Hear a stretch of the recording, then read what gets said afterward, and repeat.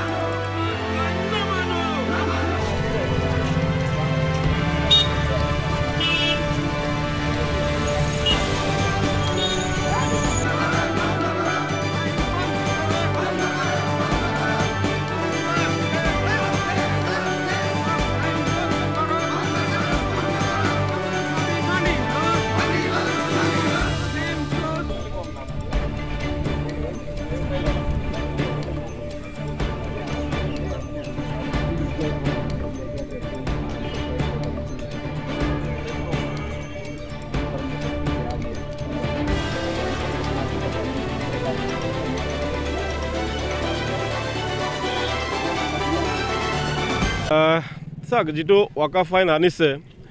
সরকারে এই আইনৰ বিৰোধিতা ভাৰতবৰ্ষৰ প্ৰতিজন মুছলমানে কৰিছে আৰু তাৰ কাৰণ এটাই যে যি সম্পত্তি ওয়াকাফৰ সম্পত্তি এই সম্পত্তিসমূহ হৈছে মুছলমানৰ পূৰ্বপুৰুষে দান দিয়া সম্পত্তি গতিকে এইখিনি মুছলমানৰ সম্পত্তি সৰকাৰে যেহেতু মুছলমানৰ স্বাৰ্থত এই আইনখন আনা বুলি কৈছে যদি মুছলমানৰ স্বাৰ্থত এই আইনখন আনিলে হয় তেতিয়াহ'লে আজি মুছলমানে ৰাজপথত আন্দোলন নকৰিলে হয় এতিয়ালৈকে মহামান্য উচ্চতম ন্যায়ালয়ত আজিলৈকে ৭৫টা গোচৰ আজি শুনানি আছে ৰায়দান আছে আৰু হয়তো হাজাৰ হাজাৰ গোচৰ উচ্চতম ন্যায়ালয়ত যাব আমিও যাম গতিকে এই আইনখন আমি মুছলমান বিৰোধী বুলি বিবেচনা কৰিছোঁ আৰু চৰকাৰক আমি আবেদন নিবেদন কৰিছোঁ আৰু মহামান্য ৰাষ্ট্ৰপতিক আমি অনুৰোধ জনাইছোঁ আমি কাইলৈৰ পৰা ভাৰতবৰ্ষৰ মুছলমানৰ লগতে আমাৰ অসমৰ প্ৰতিটো দল সংগঠন মছজিদ মাদ্ৰাছা কমিটি কবৰস্থান কমিটিক আমি অনুৰোধ জনাম যে সকলোৱে মহামান্য ৰাষ্ট্ৰপতি আৰু দেশৰ প্ৰধানমন্ত্ৰীলৈ স্মাৰক পত্ৰ প্ৰেৰণ কৰিব লাগে যে এই আইনটো আমাৰ বিৰোধী আইন মুছলমান বিৰোধী আইন আৰু এই আইনটো আপোনালোকে বাতিল কৰিব লাগে চাওক ভাৰতবৰ্ষ এখন গণতান্ত্ৰিক গণৰাষ্ট্ৰ হয় ধৰ্মনিৰপেক্ষ ৰাষ্ট্ৰ হয় ধৰ্মনিৰপেক্ষ ৰাষ্ট্ৰত সকলোৰে আন্দোলন কৰাৰ অধিকাৰ আছে সকলোৰে নিজৰ ন্যায় আৰু স্বাৰ্থ বিচৰাৰ অধিকাৰ আছে কিন্তু দেখিবলৈ পোৱা গৈছে যে আমাৰ আন্দোলন প্ৰতিহত কৰিবলৈ চাওক আপোনালোকে হাজাৰ হাজাৰ আৰক্ষী বাহিনী আজি মোতায়েন কৰিব লগা হৈছে গতিকে আমি আমাৰ স্পষ্ট কথা কি আমি আন্দোলন কৰিম গণতান্ত্ৰিক আন্দোলন কৰিম কিন্তু আমি কাৰো সম্পত্তি ধ্বংস নকৰোঁ কাৰণ চৰকাৰী সম্পত্তি মানে আমাৰ সম্পত্তি ৰাজহুৱা সম্পত্তি আমাৰ সম্পত্তি আমি চৰকাৰৰ বা আমাৰ সা সম্পত্তিৰ ক্ষতি হোৱাকৈ আমি কোনো দিন আন্দোলন নকৰোঁ কিন্তু যেহেতু আমাৰ জাতিৰ বিৰোধী মুছলমান বিৰোধী আইন